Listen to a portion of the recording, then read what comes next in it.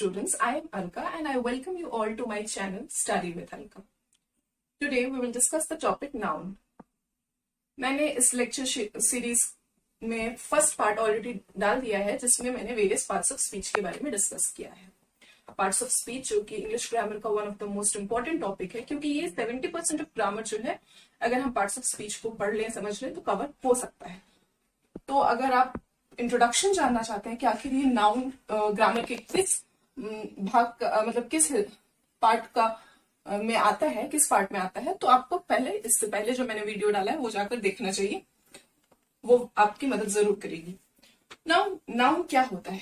Noun का basic definition क्या है कि ये एक नाम है, name of a person, place, animal, thing और आइडिया और फीलिंग, किसी भी चीज का नाम. चाहे ये मेरे हाथ में जो मार्कर है, इस दुनिया में कुछ भी चीज हम जब उसको पुकारते हैं तो उसके लिए एक आइडेंटिटी, एक नाम दिया गया है. तो हर वो चीज जो इस दुनिया में है वो क्या है? नाउन है. जैसे ये मार्कर, तो मार्कर क्या हो गया? नाउन, क्योंकि इसका नाम क्या है? मार्कर है. डस्टर, डस्टर इसे कहते हैं, तो डस्टर भी एक नाउन हो गया. गर्ल, बॉय या फिर बोर्ड, ये रूम, ये सब क्या है? ये एक नाउन है. एवरीथिंग, हर वो चीज जिसको हम टच कर सकते हैं या फील कर सकते हैं, वो किस कैटेगरी में फॉल करता है? तो वो नाउन की कैटेगरी में फॉल करता है. तो सिंपल क्या है noun? Noun refers to naming words. ये सब पिछले वीडियो में मैंने आपको समझा दिया है. इस वीडियो में हम उसके टाइप्स के बारे में जानेंगे. इस वीडियो में जानेंगे टाइप्स ऑफ नाउन के बारे में. नाउन को वेरियस टाइप्स में डिवाइड कर सकते हैं. तो पहला क्या है? Common noun. दूसरा proper noun. Third is concrete noun. Fourth abstract noun and collective noun. एक और टाइप ऑफ नाउन होता है काउंटेबल एंड अनकाउंटेबल नाउन, जिसके बारे में मैं आपको आगे बताऊंगी. तो सबसे पहला नाउन है कॉमन नाउन.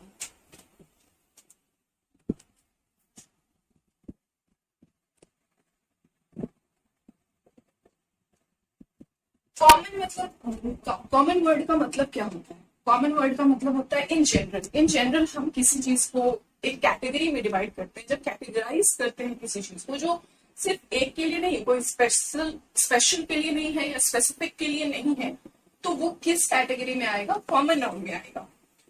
जैसे गर्ल हो गया. अगर मैं फॉर एग्जाम्पल गर्ल बोलूं तो गर्ल कोई भी हो सकती है. गर्ल में प्रिया, रिया, पूजा, अंजलि कोई भी हो सकती है. या फिर बॉय, बॉय में कुछ भी हो सकता है. दीपक या फिर अनिल, अजय, संजय, कुछ भी हो सकता है. ठीक है. तो बॉय अगर बोला जाए तो उससे हमारे दिमाग में सिर्फ एक पिक्चर बन के आता है कि बॉय ऐसे दिखते हैं, पर उसमें सिर्फ एक स्पेसिफिक इंसान का चेहरा नहीं दिखता है. तो जब स्पेशलाइज्ड नहीं होता है कोई चीज, सिर्फ एक कैटेगरी को प्रेजेंट करता है. फॉर दैट मैटर अगर हम बुक बोले, मैं बोलूं कि बुक्स, तो बुक्स कुछ भी हो सकता है. हमारे सब्जेक्ट बुक्स हो सकते हैं, कोई नॉवेल हो सकती है, कोई स्टोरी बुक्स हो सकते हैं. तो अगर बुक्स बोलूं तो वो बुक कोई भी हो सकता है. या फिर पेन बोलूं तो डिफरेंट पेन हो सकता है. अब उस पेन में अगर मैं साइनोसॉफ्टेक बोलूं तो वो आपको साइनोसॉफ्टेक की जो पिक्चर है वो आपके दिमाग में आएगी. तो कॉमन नाउन क्या है? जनरली अगर किसी इन जनरल टर्म की बात करें तो वो common noun. For example girl, boy या एलिफेंट, सिटी. सिटी मीन्स क्या? कोई भी सिटी हो सकती है, चाहे दिल्ली, मुंबई, पुणे, कोई भी सिटी हो सकती है. कंट्री, कंट्री में कोई भी कंट्री, हम डिफरेंट कंट्रीज जो है वो सारी एक कैटेगरी में फॉल करती है, जिसको कंट्री बोलते हैं. डिफरेंट गर्ल्स के नेम जो है वो एक कैटेगरी में आएगा, वो क्या है? गर्ल. तो जब कॉमन, इन जनरल, ऐसा नाउन जो सबके लिए यूज हो, उस कैटेगरी में आने वाले हर एक बंदे के लिए या हर एक सिटी के लिए या हर एक कंट्री के लिए यूज हो, तो वो कॉमन नाउन कहलाता है. कॉमन नाउन, प्रॉपर नाउन तो अभी तक समझ में आ गया होगा कि कॉमन नाउन क्या है, इन जनरल या सबके लिए. प्रॉपर नाउन क्या है? स्पेसिफिक. अब नेक्स्ट आते हैं concrete noun and abstract noun पे. कॉन्क्रीट नाउन और एब्स्ट्रैक्ट नाउन।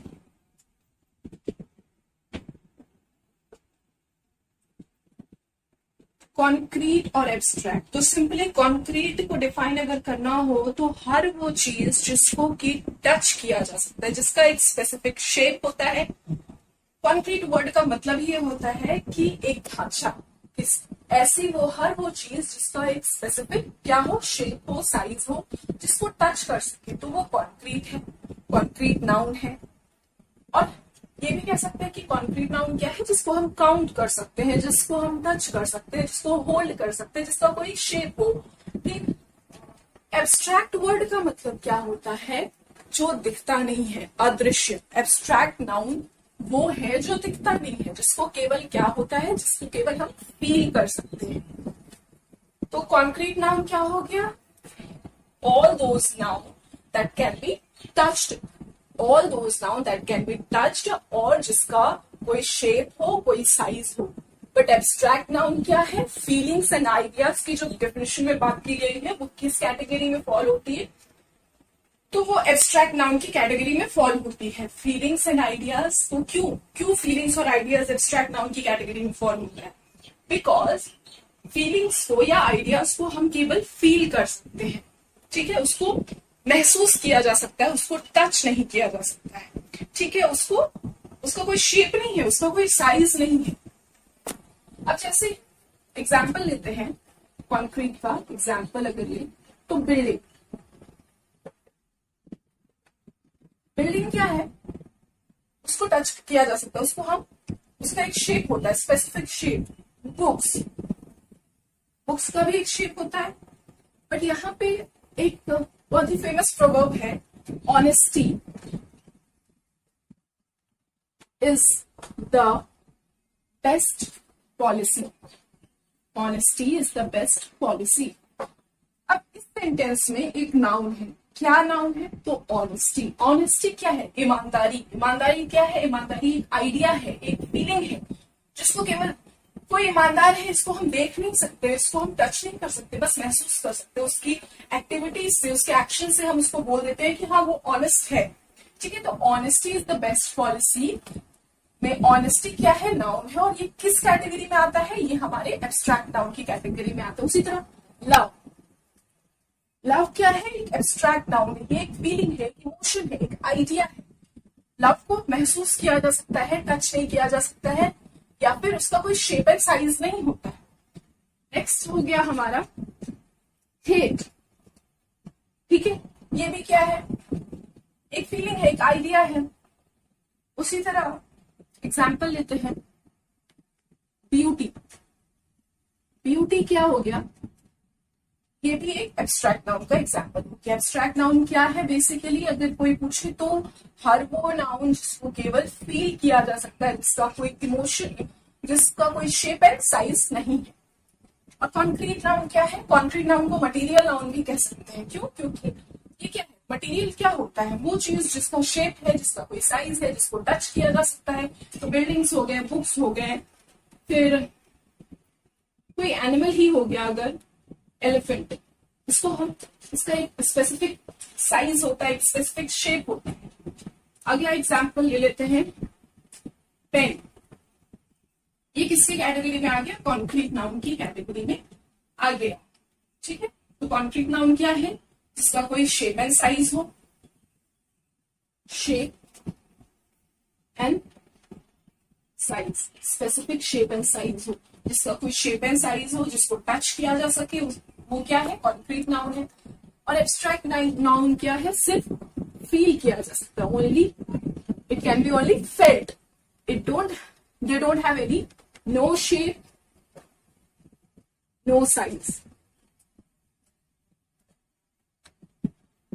सो पहला कॉमन नाउन प्रॉपर नाउन में किस तरह से डिवाइड किया गया, कॉमन क्या है, सबके लिए यूज किया जाता है, प्रॉपर क्या है, स्पेसिफिक के लिए यूज किया जाता है। शेप साइज की बेसिस पे अगर नाउन को डिवाइड करने जाए तो क्या होता है, कॉन्क्रीट नाउन और एब्स्ट्रैक्ट नाउन। इसमें कॉन्क्रीट क्या है, कॉन्क्रीट हो गया हमारे वैसे नाउन जिसका कोई शेप एंड साइज होता है। एग्जाम्पल्स हो गए बिल्डिंग्स, बुक्स, एलिफेंट, पेन, ये सारे एग्जाम्पल्स हो गए हमारे कॉन्क्रीट नाउन के। उसी तरह एब्स्ट्रैक्ट नाउन क्या है, ऐसे नाउन जिसको हम टच या फील नहीं कर सकते हैं. Abstract nouns are those noun that cannot be felt, that cannot be touched. They don't have any specific shape or size. For example हो गए honesty, हो गया love, हो गया hate, हो गया beauty, हो गई. ये सारे examples किसके हैं? abstract noun के हैं.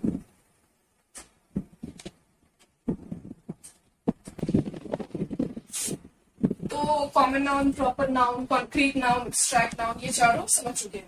ठीक है, अगला क्या समझेंगे? Collective noun. कलेक्टिव नाउन एक बहुत ही इंपॉर्टेंट टॉपिक है. ठीक है, ये बहुत ही ज्यादा टफ माना जाता है स्टूडेंट्स के लिए, बिकॉज क्योंकि आपको वो ग्रुप के नाम याद नहीं रहते हैं ज्यादातर स्टूडेंट्स को. तो ग्रुप के नाम याद नहीं रहते. इससे क्या समझ में आया? इससे ये समझ में आया कि कलेक्टिव वर्ड किससे बना है? कलेक्शन से बना है. तो कलेक्शन जो है किसी चीज की कलेक्शन के लिए हम लोग सिंपली उसके ग्रुप ऑफ शीप या फिर ग्रुप ऑफ स्टूडेंट्स बोल सकते हैं, पर उसको एक स्पेशल नेम दिया गया है, और वो अगर हम स्पेशल नेम बोले तो वो ज्यादा अच्छा लगता है सुनने में. ठीक है, तो कलेक्टिव नाउन क्या है? Collective noun are the names used for group of animals, things, people. ठीक है, किसी चीज के ग्रुप के लिए एक स्पेसिफिक नेम यूज किया जाता है, उसी को हम लोग कहते हैं कलेक्टिव नाउन. अब जैसे फॉर एग्जाम्पल कीज, बहुत सारी चाबियां हैं, उस चाबी के गुच्छे को इंग्लिश में हम क्या कहते हैं? Bunch of keys. बहुत सारे ग्रेप्स हैं, अंगूर के गुच्छे को क्या कहते हैं? Bunch of grapes. ठीक है, या फिर बुके ऑफ फ्लावर्स, गुलदस्ते को क्या कहा जाता है? Bouquet of flowers. क्यों? क्योंकि वो क्या होता है? फ्लावर्स का कलेक्शन होता है, फ्लावर्स का ग्रुप होता है. उसी तरह बनानास के जो ग्रुप्स हैं, 12 बनानास को एक ग्रुप में अगर ले लिया जाता है तो उसको हम लोग क्या कहते हैं? Dozen of bananas. नेक्स्ट क्या है? क्लास ऑफ स्टूडेंट्स, यानी कि स्टूडेंट्स का ग्रुप. स्टूडेंट्स के ग्रुप को क्या कहते हैं? Class of students. इसी तरह एक एग्जांपल हो गया आर्मी ऑफ एंट्स, यानी कि जो चींटियां हैं अगर वो एक ग्रुप में कहीं जा रही होती है तो उसको इंग्लिश में क्या कहते हैं? कि आर्मी ऑफ एंट्स जा रही है. या फिर सोल्जर्स हैं, जो हमारे सैनिक हैं, उनको भी क्या कहा जाता है? वो एक सैनिक को सोल्जर कहा जाता है, पर वो पूरा जो कलेक्शन है उसको क्या कहा जाता है? उसको आर्मी कहा जाता है. ठीक है, तो कलेक्टिव नाउन क्या हो गया? कलेक्शन वर्ड से बना है. तो ये किस चीज में काम आता है? यूज नाउन और name used for group of animals. किसी भी एनिमल के ग्रुप को या थिंग के ग्रुप को या पीपल के ग्रुप को एक स्पेसिफिक नाम दिया जाता है, उसी को हम लोग कलेक्टिव नाउन की कैटेगरी में रखते हैं. ठीक है, अब जैसे शीप हो गया. शीप के लिए हम लोग क्या यूज करते हैं? हर्ड ऑफ शीप या फिर हर्ड ऑफ कैटल्स. बहुत सारे गाय जो है वो जब ग्रुप में होती है उनको क्या कहते हैं? हर्ड ऑफ कैटल्स कहते हैं. ठीक है, तो कलेक्टिव नाउन क्लियर हो गया होगा कि कलेक्टिव नाउन कलेक्शन के लिए यूज होता है, और कलेक्शन के लिए जब यूज होता है तो इसका एक स्पेसिफिक नेम दिया जाता है. उसी स्पेसिफिक नेम को हम लोग कलेक्टिव नाउन बोलते हैं. तो इस सेंटेंस में कलेक्टिव नाउन क्या हो गया? बंच क्या हो गया? कलेक्टिव नाउन हो गया. डजन क्या हो गया? कलेक्टिव नाउन हो गया. क्लास क्या है? कलेक्टिव नाउन है.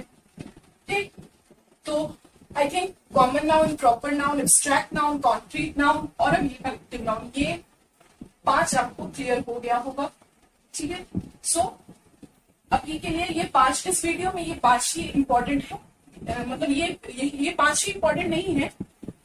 कलेक्टिव ये 5 ही इंपॉर्टेंट नहीं है. अगली वीडियो में काउंटेबल और अनकाउंटेबल नाउन के बारे में जानेंगे. जो अनकाउंटेबल नाउन और काउंटेबल नाउन जो है वो बहुत ही ज्यादा इंपॉर्टेंट है. इनफैक्ट जितने भी हमने अभी नाउन पढ़े, यानी कि common noun, proper noun, abstract noun या कॉन्क्रीट नाउन या कलेक्टिव नाउन, इसको हम अगर डिवाइड करने जाए तो ये 2 कैटेगरी में डिवाइड हो सकती है, काउंटेबल्स एंड अनकाउंटेबल्स, जिसको अगले वीडियो में मैं आपको डिटेल में बताऊंगी. अभी के लिए इतना काफी है. Thank you so much. Hope you like the video. Thank you.